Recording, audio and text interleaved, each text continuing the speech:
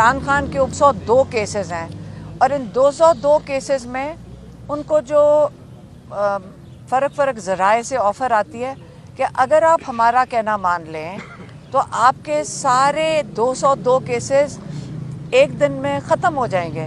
تو ایک دن میں کیسز کیسے ختم ہو جائیں گے؟ اول بننے نہیں چاہیے تھے، جب بن گئے تو ایک دن میں کیسز کیسے ختم ہو سکتے ہیں؟ یہ ہمیں سب کو اس پہ سوچنا چاہیے کہ جب بنا دیتے ہیں تو 10 سال بھی اندر ڈال دیں گے.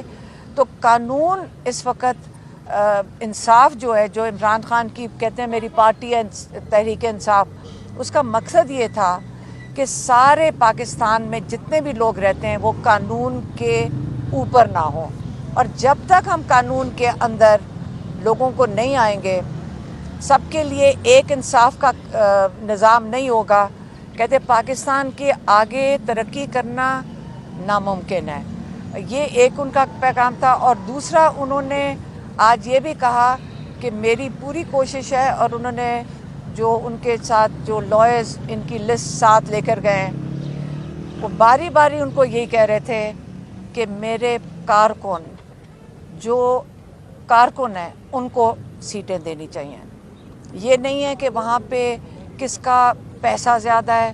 انہوں نے یہ بھی میں نے سنا ان کو کہتے ہوئے، ہمیں نہیں کہہ رہے تھے، لائرز کو کہہ رہے تھے، میں آپ کو صرف بتا رہی ہوں. انہوں نے کہا یہ نہیں دیکھنا چاہیے کہ کتنے کروڑ روپے خرچ سکتے ہیں، آپ نے یہ دیکھنا چاہیے کہ پاکستان کے لیے جن کا حق بنتا ہے وہ ہیں جو کارکن ہیں، اور کارکنوں کو آپ نے میکسیمم کوشش کرنی ہے کہ ان کو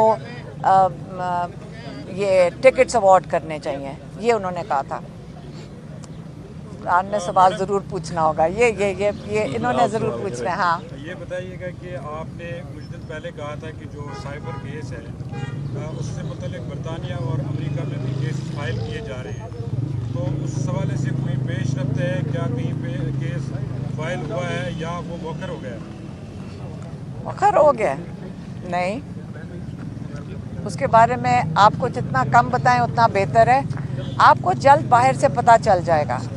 1-2 کیسز ایسے بھی فائل ہوئے ہیں، ضروری نہیں کہ ہم نے ڈائریکٹلی کیے ہوں، جس کے اندر وہ ڈیمانڈ کر رہے ہیں کہ یہ جو ہم جن سے جو ہم کر رہے ہیں یہ وہ والے نہیں ہیں. لیکن اب اس وقت ڈیمانڈ جا رہی ہے کافی پاکستانیوں کی طرف سے کہ جن کے رشتہ داروں کو یہاں پہ جن پہ تشدد کیا گیا، جن کی بزنسز ختم کی گئی ہیں، وہ کہہ رہے ہیں کہ وہ لوگ جو اس تشدد میں ملوث ہیں، جنہوں نے یہ کروایا ہے، ان کے ویزے کینسل کیے جائیں کیونکہ وہ یہاں سے، اور ان کے جن کی جائیدادیں باہر ہیں ان کو بھی ضبط کیا جائے.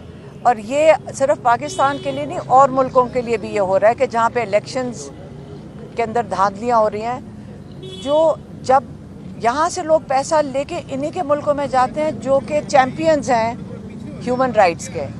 اگر انہی ملکوں میں ہمارا پیسہ جانا ہے اور ان لوگوں کا جو پاکستان کا پیسہ ہے جو باہر جا رہا ہے، تو کئی لوگ ہیں اس وقت جو کیسز فائل کر رہے ہیں کہ جو اس ظلم کے ذمہ دار ہیں ان کے ویزے بھی کینسل کیے جائیں، ان کی جائیدادیں بھی ضبط کی جائیں.